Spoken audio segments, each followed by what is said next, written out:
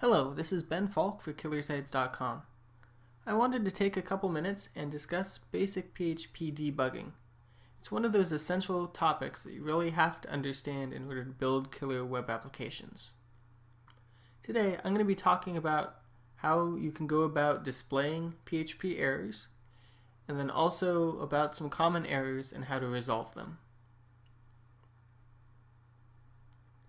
It's important to configure PHP correctly in order to display errors. By default, it'll often display simply a blank page rather than showing you the actual error itself. It's generally considered good practice to turn on error reporting on your development server so you're aware of any and all issues as they occur. However, once the site is live and available online, it's best to ensure that error reporting is turned off to avoid confusing legitimate visitors or providing too much information to malicious users. Now, how exactly do you turn on error reporting? Well, that's done in one of two ways. First of all, you can adjust your settings in your php.ini file, or you can actually add some code to your website that'll do the same thing. So first of all, I'm going to show you where your php.ini file are located.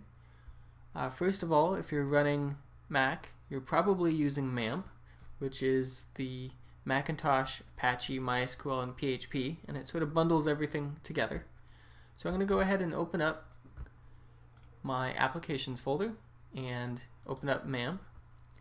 And your php.ini file is located within conf, which I believe stands for config, and then PHP 5.3 and php.ini. So if I open that up, give it 1 second, code is going to open. Here we go. You need to change 2 lines in this code. So I'm going to search for errors. Here we go. And you need to look for the section called error handling and logging. And scroll down a little bit, and the 2 lines you want to look for is this line, error reporting, and display errors. And this line needs to be all, and this line needs to be set to on. Now if you're running Windows, let me open that up. You're most likely running WAMP, which I am, and there are 2 ways to access the php.ini file.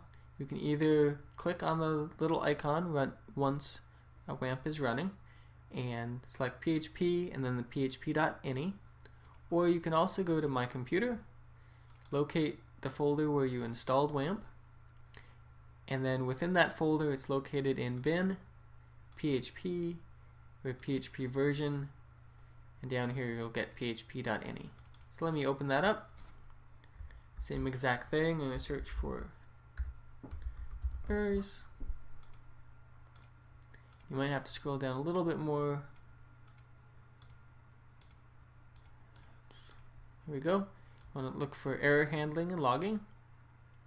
And again, the 2 lines, error reporting and display errors. And error reporting should be all, and display errors should be on. So that's how to change your php.ini file. Let me close out VMware Fusion.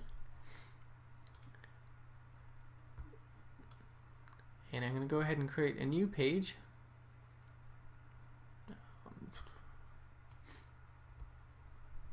Here we go.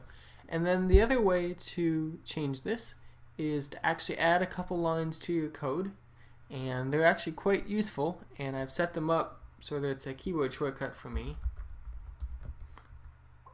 There we go.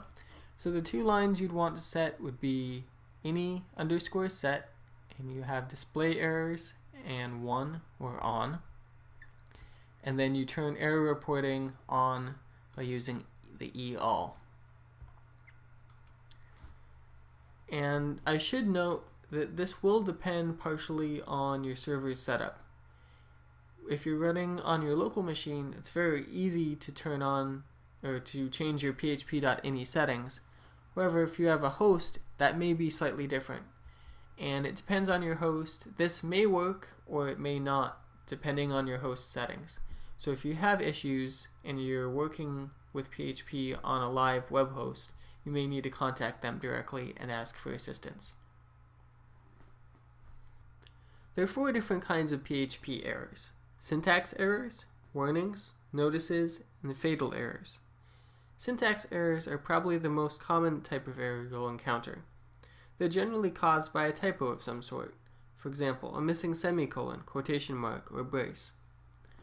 I've opened up a file in Coda which demonstrates each of these 4 different kinds of errors. For example, this first bit will generate a syntax error, so if I preview it, it says syntax error, unexpected echo on line 5. With this type of error, it's important to check the line above the line shown in the error.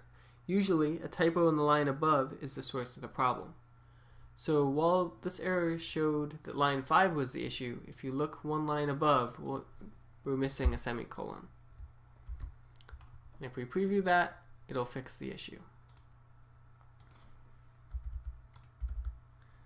Another common syntax error occurs if you forget to add a closing brace. For example, on line 8, you'll notice we have a function that starts, we have an opening brace, but not a closing brace. So if I preview this, you'll get an unexpected end error with a message about line 20 all the way down at the end of the file. For future reference, this often occurs when you forget that closing brace. So your best bet is to go back through your code and make sure that every opening brace has a closing brace. So once with that brace added in, you can preview the file and you notice the error disappears. Another type of PHP error is called a warning. Warnings don't halt application execution like syntax errors. However, PHP has identified an issue with your code and wants to alert you. For example, you may run into the headers already sent warning. This often occurs when something, often a space, is sent and displayed in the browser, and then the programmer tries to redirect the user using the header function. Another common warning is passing an incorrect number of parameters to a function. And the third kind, as I've indicated here, is when you try to include a file that doesn't exist. If I preview that, you'll notice failed to open stream, no file or directory. In this case, you'll notice the code itself is actually valid, just there's an issue with the file name. A third kind of PHP error is called a notice. Like warnings, these notices don't stop your application from executing either. However, they often indicate something is missing, for example, trying to echo out a variable that doesn't exist. Let me go back here. Just need to comment this out. You'll get undefined variable test.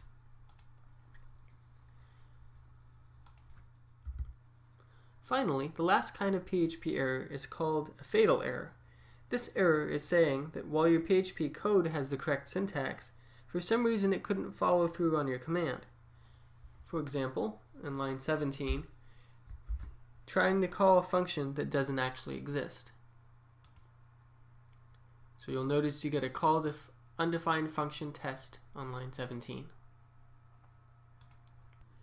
With these 4 types of errors in mind, what can you do to help speed up the debugging process? First of all, be patient. The error message itself often explains the issue, so make sure you read that thoroughly. For syntax errors, check the line above the one indicated in the error message for incorrect syntax like missing semicolons, braces, etc. Make sure you're properly indenting your code to help improve readability, and use a code editor with syntax highlighting that color codes your code and helps you spot issues. In case you aren't getting any error messages, but your code is still giving you unexpected results, check your logic. Examine your code line by line to make sure it does what you think it does. Don't be afraid to add extra echo or print R statements to check the value of your variables. You can also use the die function to immediately stop the script from executing any further. Second to last, Google it. Other people have probably run into the same issue that you are encountering, and it's quite possible that the solution is already online. Finally, it often helps to have someone else look at your code. A fresh set of eyes can do wonders. If you're having an issue you can't sort out, feel free to post on the Killer Sites forums at killersites.com/community. I believe that wraps up today's screencast. Thanks for listening. If you have any questions or comments, please feel free to contact me. My email is ben@killersites.com, and you can contact me on the Killer Sites forums as well, where I go by the username Falcon Creative. Thanks for listening.